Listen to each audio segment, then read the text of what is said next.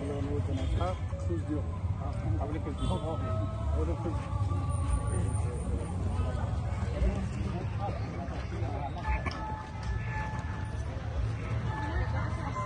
দেখা নাই বন্ধু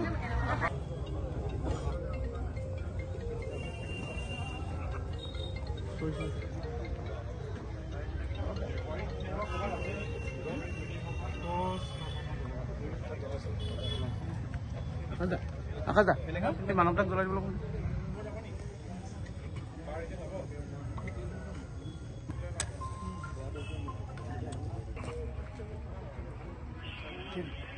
কেতিয়া নাথাকে মোৰ অকণমান হেৰিয়া কাম এটা আছিল এই বীজটো মানে হেৰি হ'ব নেকি দিম দিম মই যাম এইফালে ফুল আছে নাই নাই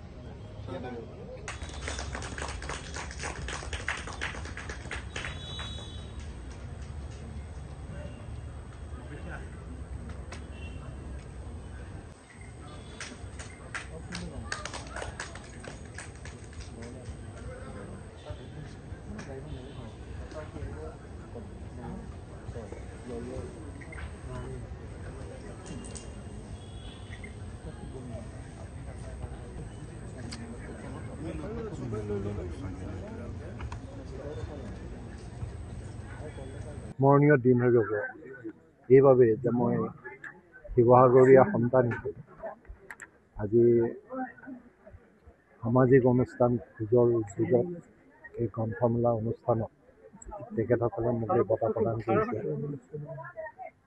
আৰু এই বঁটাটো মই আমাৰ শিৱসাগৰীয়া বাকী ৰাইজৰ আশীৰ্বাদ ৰূপে মই বঁটাটো গ্ৰহণ কৰিছোঁ আৰু এই বঁটাই মোক আগন্তুক দিনত মোৰ কৰ্মক্ষেত্ৰত আৰু কৰ্ম কৰি যোৱাৰ বাবে মোক প্ৰেৰণা দিয়ে। শিৱসাগৰৰ সামাজিক অনুষ্ঠান খোজৰ দ্বাৰা 10ম গ্ৰন্থমেলা উদ্বোধন কৰা হ'ল আৰু এই গ্ৰন্থমেলাত বিভিন্ন প্ৰকাশ গোষ্ঠী আৰু বিক্ৰেতা আহিছে লগতে কিছু লেখক লেখিকক মই দেখিছোঁ।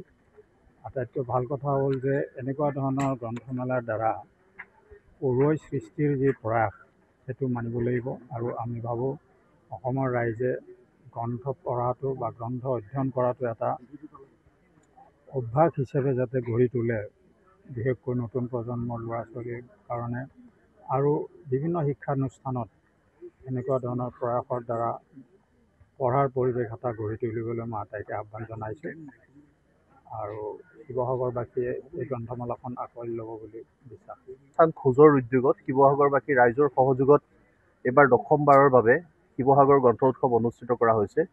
ঐতিহাসিক বৰ্ডিং খেলপথাৰক জুবিন গাৰ্গ সাহিত্য ক্ষেত্ৰ নামাকৰণৰ সৈতে আজিৰে পৰা 11 তাৰিখলৈকে 11 দিনীয়া বিস্তৃত কৰ্মসূচীৰে এই গ্ৰন্থ উৎসৱ অনুষ্ঠিত হ'ব। আজি উদ্বোধনী অনুষ্ঠান অনুষ্ঠিত হৈছে। অসম সাহিত্য সভাৰ প্ৰাক্তন সভাপতি অসম আৰক্ষীৰ প্ৰাক্তন সঞ্চালক প্ৰধান ডক্টৰ কুলধৰ শইকীয়াদেৱে উদ্বোধক ৰূপে অংশগ্ৰহণ কৰা এই অনুষ্ঠানতে স্বাধীন প্ৰতিদিন গোষ্ঠীৰ অধ্যক্ষ অসমীয়া প্ৰতিদিন কাকতৰ সম্পাদক জয়ন্ত বৰুৱা ডাঙৰীয়ালৈ খোজৰ ৰংপুৰ গৌৰৱ বঁটা আগবঢ়োৱা হৈছে আৰু এই বঁটা তেখেতে গ্ৰহণ কৰিছে। তাৰ লগতে আজিৰে উদ্বোধনী অনুষ্ঠানৰ পৰৱৰ্তী পৰ্যায়ত কালিলৈৰ পৰা বিস্তৃত কাৰ্যসূচীৰে এই গ্ৰন্থ উৎসৱৰ কৰ্মসূচী চলি থাকিব। আমি শিৱসাগৰবাসী ৰাইজৰ উপস্থিতি ছাত্ৰ ছাত্ৰীসকলৰ অংশগ্ৰহণ কামনা কৰিছোঁ। আমাৰ লক্ষ্য এটাই ছাত্ৰ ছাত্ৰীসকলৰ মাজত কিতাপৰ প্ৰতি আগ্ৰহ জন্মাব লাগে আৰু কিতাপ পঢ়িবৰ কাৰণে এটা পৰিৱেশ স্থিৰ কৰাৰ লক্ষ্যৰে এই 10ম বাৰ্ষিক উদযাপনত আহি উপনীত হৈছে। আহিব লগা দিনতো এই যাত্ৰাটো শক্তিশালী ৰূপত আগবঢ়াই নিবৰ কাৰণে শিৱসাগৰবাসী ৰাইজৰ অভিভাৱকত্ব কামনা কৰিছোঁ।